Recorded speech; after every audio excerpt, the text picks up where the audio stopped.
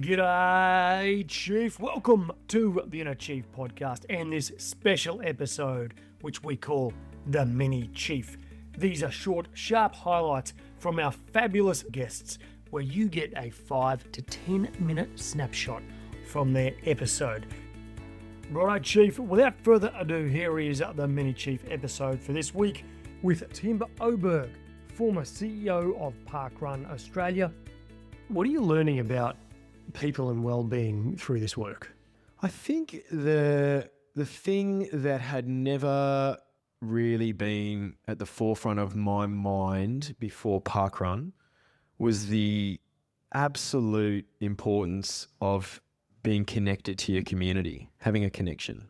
But then when I think back to my life before Parkrun, well, I had 10 years in London, but I was part of a community. I was part of this Antipodean community in London that was so strong. I mean, you know, there were times, there were periods when I lived in London, there were probably 50 guys I went to school with who were there, you know, within, and you're in London, you're within half an hour. It's not like in Australia where your mates are here, but they're 2 hours on a plane or 20 hours driving. You know, these are all people who you could say, hey, what are you doing tomorrow? Let's catch up. Yep. So I had that community there, and then, you know, before that you're at university, you've got a community there, and before that you're at school, you've got a community there.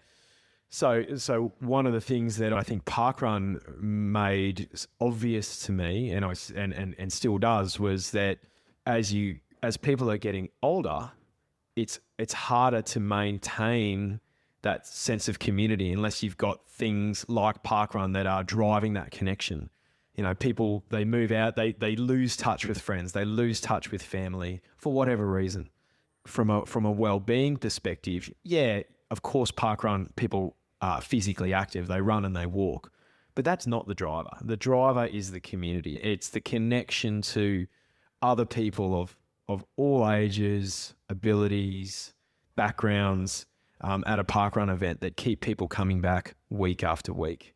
And even for myself, like when I lived on the Gold Coast and was in the throes of those early years of setting up Parkrun, I personally didn't really have that sense of community at a local level, because my local event, which was Kira Parkrun on the Gold Coast and the southern end there, I was only there probably once every 6 to 8 weeks, because every other Saturday I was setting up another Parkrun or I was visiting another Parkrun. So I would turn up at Kira Parkrun and I didn't really know anyone. Like, although technically it was my home event, I knew a handful of people.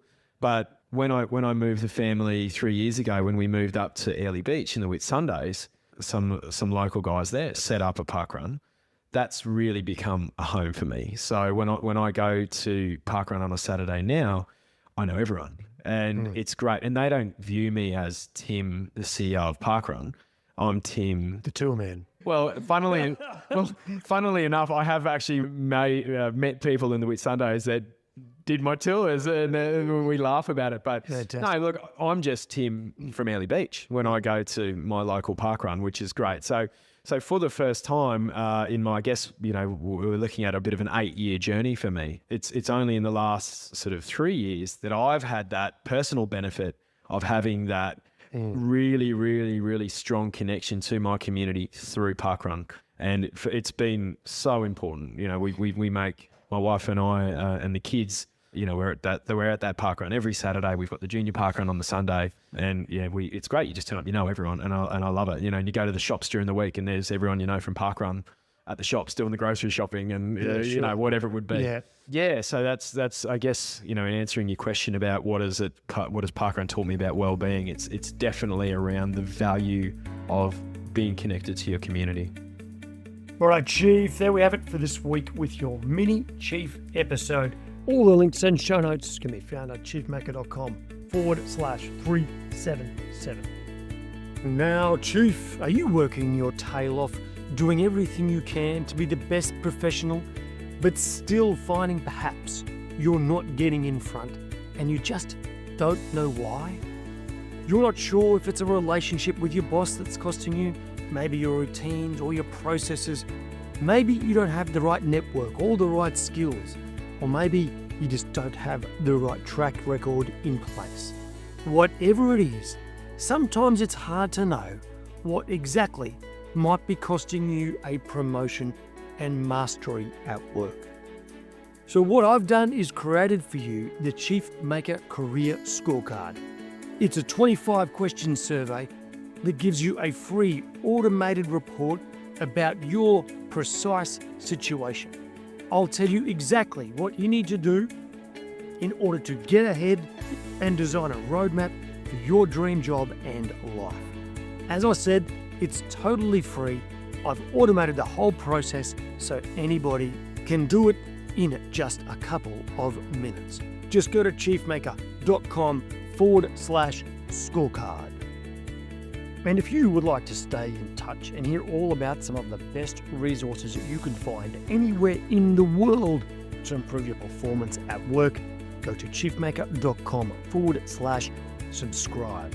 Now, Chief, if you're yet to rate the episode and subscribe, I hope you'll do so soon. It helps others see the magnificent value that the chiefs and gurus bring to their life and career. So make sure you hit subscribe on your podcast app now, give it a 5-star rating if you think it's worthy, and leave a short review about your favorite episode. Righto, Chiefs, as always, remember to stay epic.